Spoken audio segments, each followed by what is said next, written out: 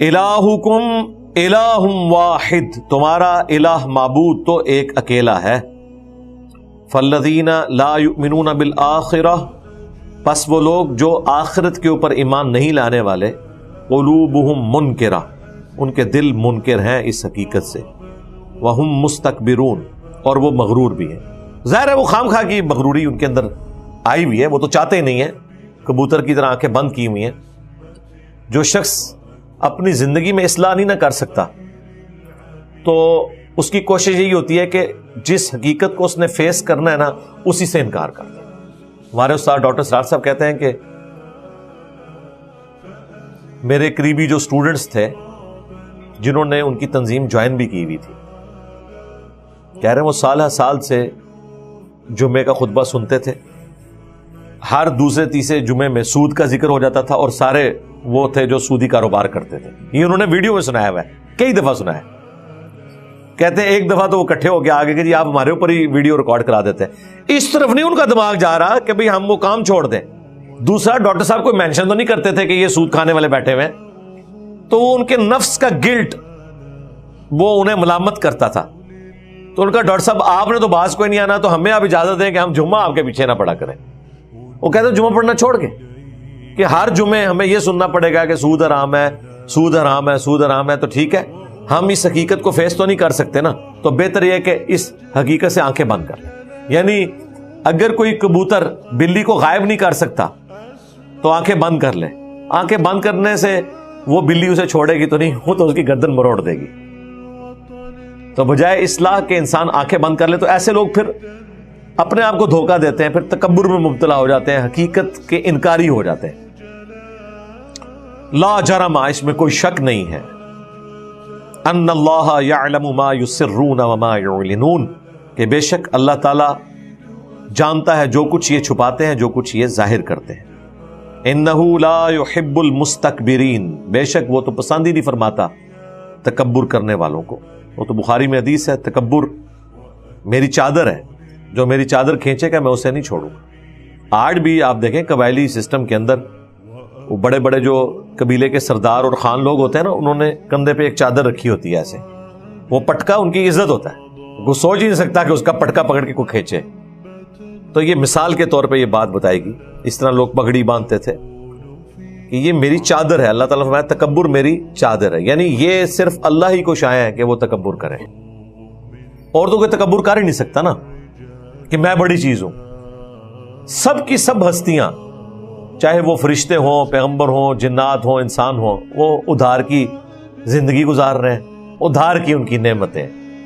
وہ خواہ پرماننٹلی اللہ تعالیٰ کسی کو دے بھی دے تب بھی ہے تو مستعار نہ، ذاتی تو کچھ بھی نہیں، سب کچھ اللہ کا دیا ہوا ہے.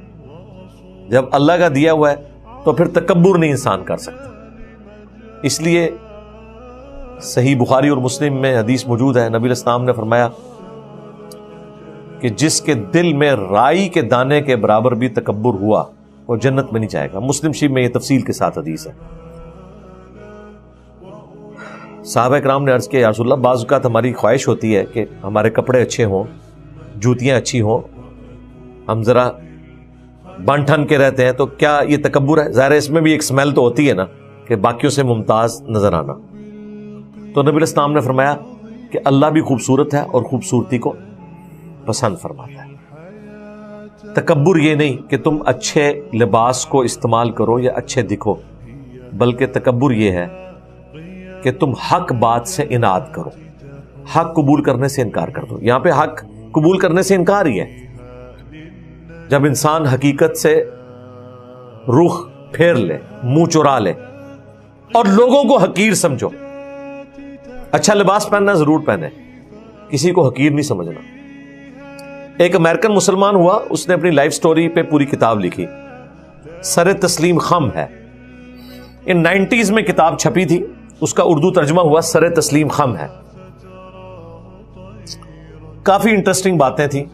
ایک اس نے بات یہ لکھی کہ مجھے اسلام کی یہ چیز بڑی پسند آئی کہ بڑے سے بڑا کوئی سٹیٹس والا بندہ ہو، کوئی غریب ہو، کوئی امیر ہو، جب وہ اللہ کے حضور حاضر ہوتا ہے تو وہ پھر اس چیز کی پرواہ نہیں کرتا کہ میرے ساتھ کون کھڑا ہے. وہ کہتا ہے میں حیران ہوا کہ کالے حبشی بھی ہیں، گورے بھی ہیں، اور پاؤں سے پاؤں ملا کے کھڑے ہوئے ہیں. یہ اس نے باقاعدہ لکھا. اور یہ میں نے جس زمانے میں پڑھی تھی نا، اس زمانے میں بریلوی تھا، اور ہمارے نزدیک تو پاؤں ملانا ہے ہی گناہ کا کام ہے. ہمیں کہاں پتا تھا کہ بخاری میں حدیث ہے کہ پاؤں سے پاؤں ملایا جاتا تھا. صحیح بخاری 725 نمبر. یلزقو، فزیکلی ٹچ ہوتا تھا. تو میں نے کہا دیکھو یار، یہ مسلمان ہو کے بھی وہابی ہو گیا. یہ میں دماغ میں اس وقت بھی یہ چیز آئی. پھر اس نے بڑی باتیں اور بھی لکھی. اس نے کہا یہ اسلام کی خوبصورتی ہے کہ تکبر یہاں پہ نہیں ہے. حج کے لیے لوگ گئے ہوئے ہیں، کوئی بادشاہ ہے، فقیر ہے، 2 چادریں پہنی ہوئی ہیں سفید کلر کی، کاٹن کی پہنی ہوئی ہیں. کتنی مہنگی وہ کاٹن لے لے گا، ہے تو چادر ہی ہے، کفن ہی ہے جو اس نے اوڑا ہوا ہے. اور یہ اتنا دردناک اور خوفناک منظر ہوتا ہے. میں جب پہلی دفعہ عمرے پہ گیا نا، تو وہ بوئنگ 747 تھا، اس میں آلموسٹ کوئی 400 مسافر آتے ہیں. وہ سعودی عرب جا رہا تھا. سعودی عرب جتنے لوگ جا رہے ہوتے ہیں نا، وہ ساروں نے عمرے کے لیے جانا ہوتا ہے. یہ یعنی 2002 کی میں بات کر رہا ہوں. تو آلموسٹ ہم اینڈ پہ نا جہاز میں انٹر ہوئے. مجھے آج بھی وہ منظر یاد ہے. احرام پہنا ہوا ہے، جیسے ہی میں جہاز میں انٹر ہوا، میں نے آگے سے پیچھے تک دیکھا، لگتا ہے سارے مردے بیٹھے ہوئے. سب نے وہ سفید پہنا ہوا تھا لباس، تو لگ رہا تھا کفن پہن کے بیٹھے. مجھے اس دن اس چیز کا احساس ہوا کہ یار یہ آخرت اورینٹڈ بھی کیا گیا. یعنی کفن ہے، انسلی چادریں ہیں. میں خوف کھا گیا کہ سارے ایک کلر کے سفید.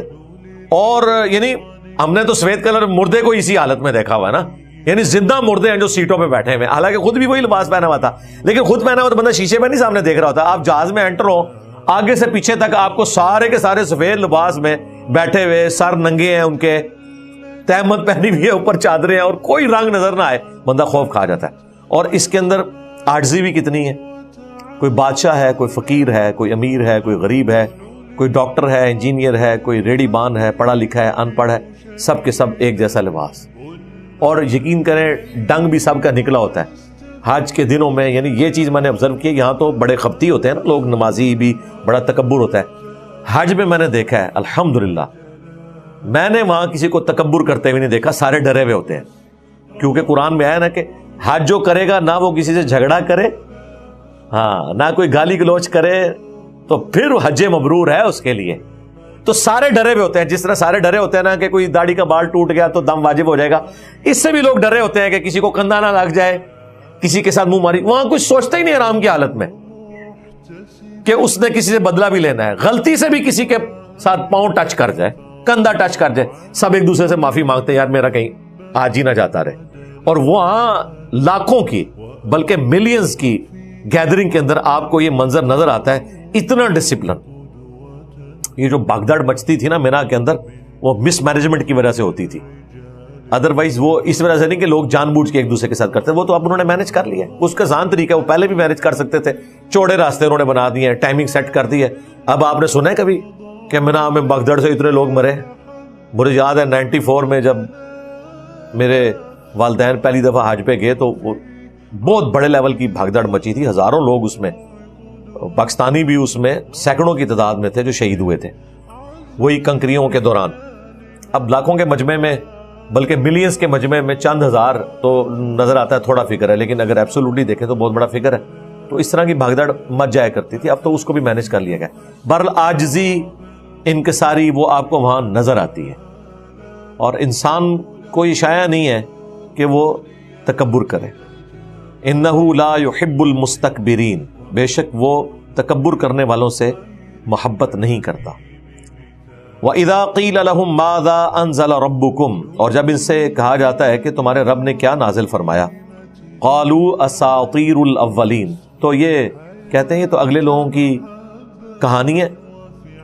کسی حد تک تو یہ بات درست تھی کہ اگلی امتوں کے واقعات تو قرآن میں آئے ہیں، لیکن یہ کہانیاں نہیں ہیں، یہ ریالٹی ہے، ریئل ہسٹری ہے، اور اس سے بھی عبرت حاصل کی گئی ہے.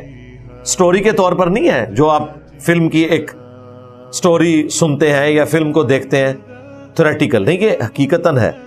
اور پھر پیغمبروں کی قوموں پر جو عذاب آئے وہ حقیقت میں آئے، اس تکلیف کو کوئی امیجن کر سکتا ہے؟ آج بھی آپ دیکھیں، وہ اٹلی کا ایک شہر ہے جس پہ آتش فشاں پھٹا تھا، لوگ گھر میں بیٹھے ہیں، وہیں بیٹھے رہ گئے ہیں، پتھر بن گئے ہیں، کوئی باہر نکلے ہوئے تھے، وہیں ان کے اوپر لاوا گرا، ان کے وہ سارے کے سارے جسم اسی طریقے سے سٹور ہوئے ہیں۔ ابھی بھی لوگ وہاں پہ جا کے اس چیز کو آبزرو کرتے ہیں، لیکن جس تکلیف سے وہ اس وقت گزرے وہ کوئی امیجن نہیں کر سکتا۔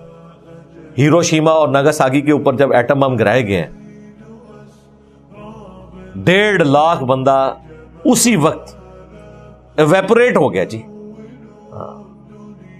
ظاہر ہے جب لاکھوں سینٹی گریڈ ٹیمپریچر ایک جگہ کا رائز کر جائے تو انسان جلے گا تو نہیں، ڈائریکٹ ایویپوریٹ ہو جائے گا، جو جدت ہے وہیں رہ گیا۔